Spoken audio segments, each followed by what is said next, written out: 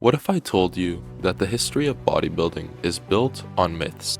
Today, we're diving deep into the biggest myths of each bodybuilding era, myths that held people back, inspired revolutions, and ultimately defined the sport we know today.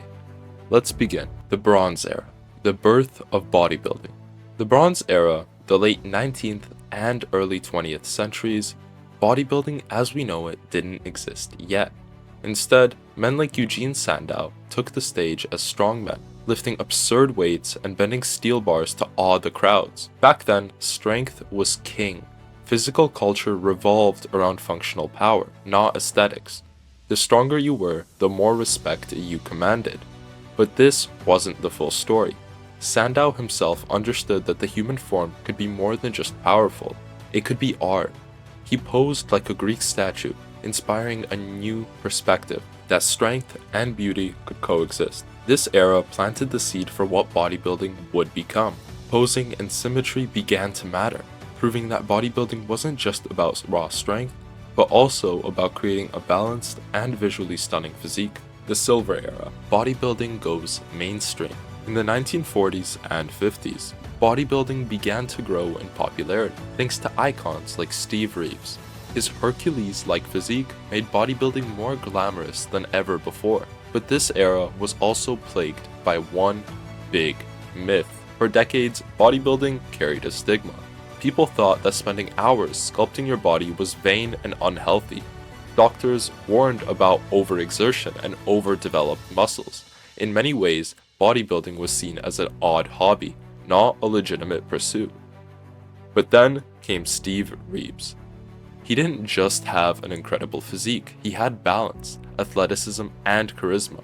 Steve shattered the stereotype of the muscle-bound meathead and showed the world that bodybuilding could embody health, grace, and even Hollywood-level appeal. The Golden Era, the art of bodybuilding. The Golden Era, the 1960s and 70s, was the era of legends.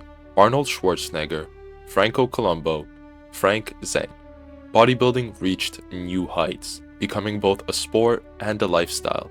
But even in this golden age, myths thrived. Light weights are for toning, heavy weights are for mass. This idea swept gyms worldwide, that your choice of weight determined whether you built muscle or just toned up. Bodybuilders in the golden era proved this was nonsense. They used a variety of rep ranges and weights to sculpt their iconic physiques. Arnold and his peers followed one principle above all: progressive overload. They understood that the secret wasn't in the weight itself, but in consistently challenging the muscle with intensity and volume. Light weights could build mass, and heavy weights could sculpt definition. It was about how you used them. The Mass Monster Era. Bigger is better. The Mass Monster Era, the 1980s and 90s. This was bodybuilding on steroids, literally and figuratively. Competitors like Dorian Yates, Ronnie Coleman, and Flex Wheeler pushed the limits of human size and conditioning. But this era had its own myth: size is everything. By the 90s, bodybuilding became a battle for sheer mass. The myth that bigger always meant better dominated the sport. Aesthetic proportions took a backseat to freakish size. But this obsession came with consequences. As physiques grew, so did the health risks.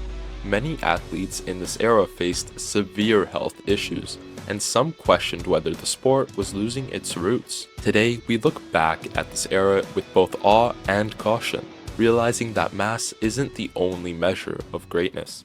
The Modern Era, the science of bodybuilding.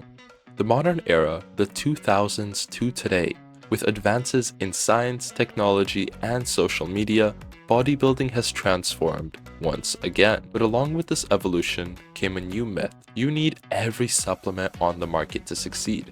From protein powders to pre-workouts to exotic fat burners, the supplement industry exploded.